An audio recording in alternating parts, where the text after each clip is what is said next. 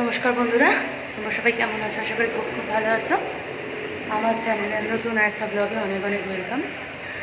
তো এখন যাচ্ছি সকালবেলা, এখন ঘড়িতে বাজে 8:45। তো এখন যাচ্ছি সিটি স্ক্যান করাতে। আজকের এক টাইমে মানে দুটো অ্যাপয়েন্টমেন্ট পড়ে গেছে। এদিকে সিটি স্ক্যানের টাইমিংটা দিয়েছে 8:40, আর অ্যানেস্থেশিয়া ক্লিনিকের টাইমিং দিয়েছে 9টা। আমরা কী করবো বুঝতে পারছি না। এখন 8টার সময় যাচ্ছি। আগে যদি সিটি স্ক্যানে ওখানে রিকোয়েস্ট করে যদি আগে সিটি স্ক্যানটা করে নেওয়া যায়, আর না হারে অ্যানেস্থেশিয়া ক্লিনিকে যাব। আর একদমই দুটো টাইমিং 15 মিনিটের হেরফের হয়েছে। তো 15 মিনিটের মধ্যে কোনোটাই হবে না, যে সিটি স্ক্যানও 15 মিনিটের মধ্যে হবে না, আর অ্যানেস্থেশিয়া ক্লিনিকের সমস্ত কাজ 15 মিনিটে হবে না। সুতরাং দেখা যাক কী হয়। তো চলো এখান থেকে ব্লগটা স্টার্ট করলাম। আজকের আকাশ পুরো মেঘলা। আমার গৌতমবাবুর বক্তব্য পেলাম হয়তো বৃষ্টি হবে। বলছে না, আমি ওয়েদার ফোরকাস্টটা দেখে নিয়েছি, আজকে সূর্য হাঁ করে আছে, কোনো বৃষ্টি হবে না। ডাক্তার বা ইঞ্জেকশনকে দেখে ভয় পাওয়াটা এখন আমার কাছে অতীত। শরীরের যে কোনো অংশে সূচ ফোটানোটা এখন আমার কাছে কোনো ব্যাপার না। হাতে চ্যানেল হয়ে গেছে, এখন শুধু অপেক্ষা সিটি স্ক্যান করানোর। ঘড়িতে বাজে 9:45। আমার সিটি স্ক্যান কমপ্লিট হয়ে গেছে। এখন যাচ্ছি 360 নম্বর রুমে, ওই চ্যাপেল বিল্ডিংয়ে, যেখানে আমি অ্যানেস্থেশিয়ার ডক্টর দেখাবো। ছাতা কিনে দিয়েছে বলে গৌতমবাবু ছাতা ছাড়া আমাকে হাঁটতেই দিচ্ছে না। আর এবার খুব সুন্দরভাবে চ্যানেলটা করেছিল, একটা নার্স দিদি করে দিয়েছিল, সিস্টার দিদি করে দিয়েছিল, খুব সুন্দরভাবে চ্যানেলটা করে দিয়েছিল। গতবার যে মারাত্মক ইনসিডেন্টটা হয়েছিল, চ্যানেল খুলে দিতে পুরো ব্লাডে আমার জামা কাপড়, গা হাত পা এবং ফ্লোর ভরে গেছিলো। এবার আর সেটা হয়নি, সুন্দর করে ওরা ব্যান্ডেজ করে দিয়েছে। আর চ্যানেলটাও খুব সুন্দর করে, খুব ভালোভাবে করে দিয়েছিল নার্স দিদিটা। বারবার জিজ্ঞাসা করে যে ব্যথা লাগছে কিনা বা পেন হচ্ছে কিনা। ভীষণ জোর খিদে পেয়েছে, কালকে সেই রাতে খেয়েছি, সকাল থেকে জল টল কিচ্ছু খাওয়া হয়নি, যে এমটি স্টমাক বলেছিল। আর সিটি স্ক্যান হয়ে যাওয়ার পর আমি আর থাকতে পারছিলাম না। ওই চ্যানেল দিয়ে একটা মেডিসিন দেয় না, এত অসুস্থ হয়ে পড়েছিলাম আমি, মানে রুম থেকে বেরিয়ে আগে জল খেয়েছি, মানে যেন মনে হচ্ছে বমি। ওই সিটি স্ক্যানের ওইখানেই মনে হচ্ছিলো যেন বমি হয়ে যাবে, এমন একটা অবস্থা। এখন বাজে যেহেতু 9:45, প্রায় 45 মিনিট আমাদের লেট হয়ে গেছে।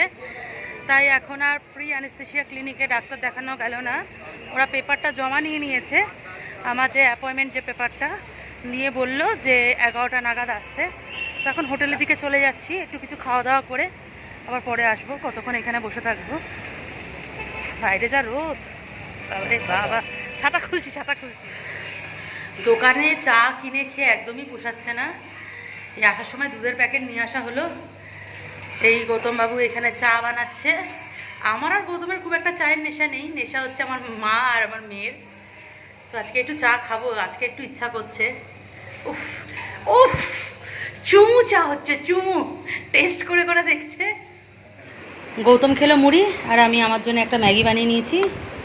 এটা খেয়ে বেরিয়ে পড়বো। অলরেডি 10:30 বেজে গেছে। খাওয়া কমপ্লিট হয়ে গেছে, নাকে মুখে খেলাম। ও গৌতম খেলো মুড়ি, আর আমি খেলাম একটু ম্যাগি।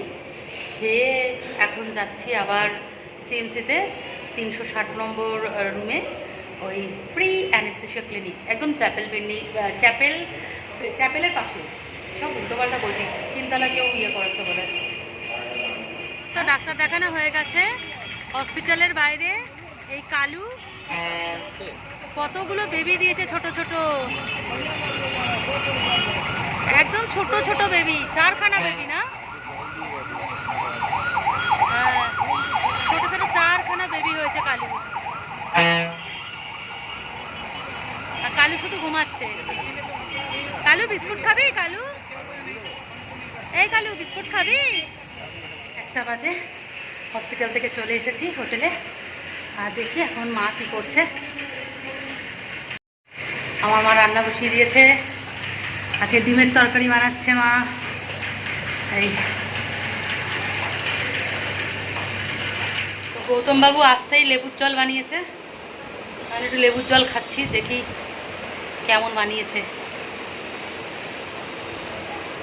লেবু খেতে হয়ে গেছে।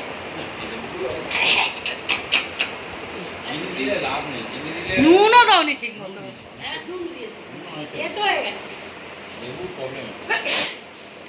লেবুর জল তেতো বানিয়েছে, বলছে নাকি লেবুতে প্রবলেম।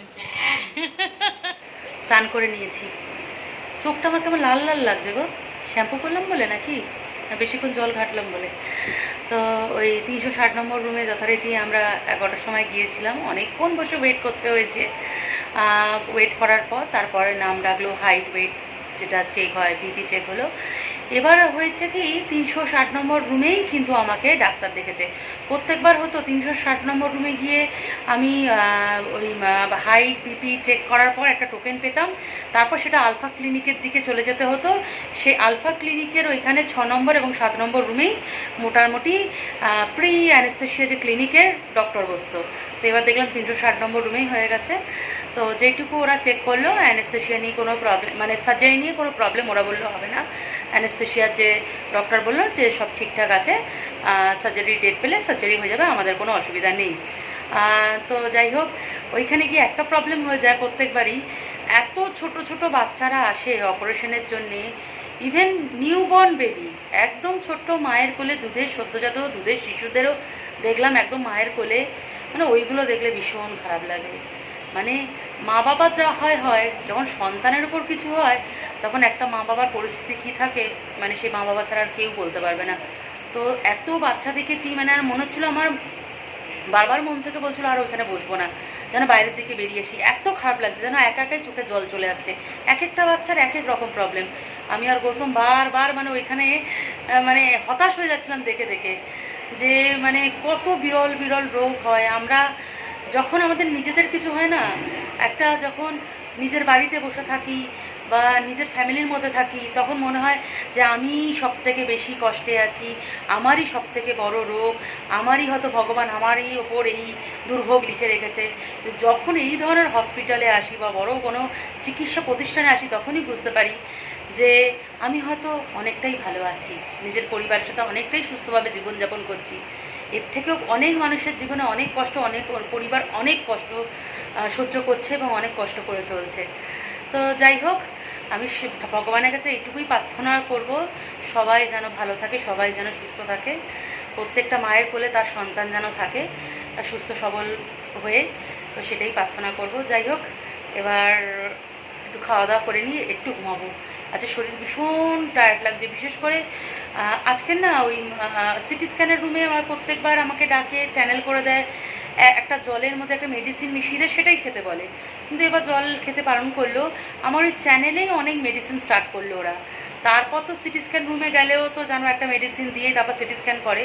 তো এবার দেখলাম সিটি স্ক্যান হওয়ার আগেও মানে এই সিস্টার দিয়ে যখন চ্যানেল করে দিয়েছিলো, সেই চ্যানেল দিয়ে প্রচুর মেডিসিন ওরা পাস করলো, আমাকে আর জল খেতে হয়নি। তার জন্যে না শরীরটা ভীষণ খারাপ, ওই যে মেডিসিনের টেস্ট যেন এখনও আমার জিভে মুখে লেগে রয়েছে, যেন গা গুলি বমি হয়ে যাবে, এরম একটা ভাব। তো চলো খেয়ে দে একটু জমিয়ে ঘুমিয়ে নিই, তারপর আসছি। আজকের লাঞ্চে রয়েছে ডিমের ঝোল আর ভাত, আর এই সেই আলু ভাজা যেটা কলকাতা থেকে এনেছিলাম, একটুখানি বেঁচে আছে, সেটা নিয়ে নিয়েছি আমি আর মেয়ে। ভাত খাওয়ার পর মা আর মেয়ে একটু বাইরে গেছিলো, এই নিয়ে এসেছে আমুলের এই স্টিক আইসক্রিমগুলো। এই আইসক্রিম সেদিনকে গৌতম এনেছিল, খুব টেস্টি আইসক্রিমগুলো খেতে, অরেঞ্জ ফ্লেভার।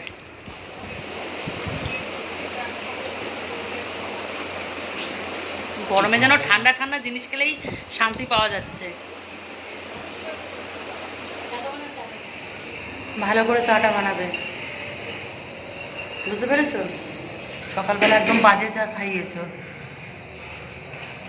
জমিয়ে চা বানাবে। ওই কি ডলি চায়ওয়ালার মতো চা বানাবে, বুঝতে পেরেছো?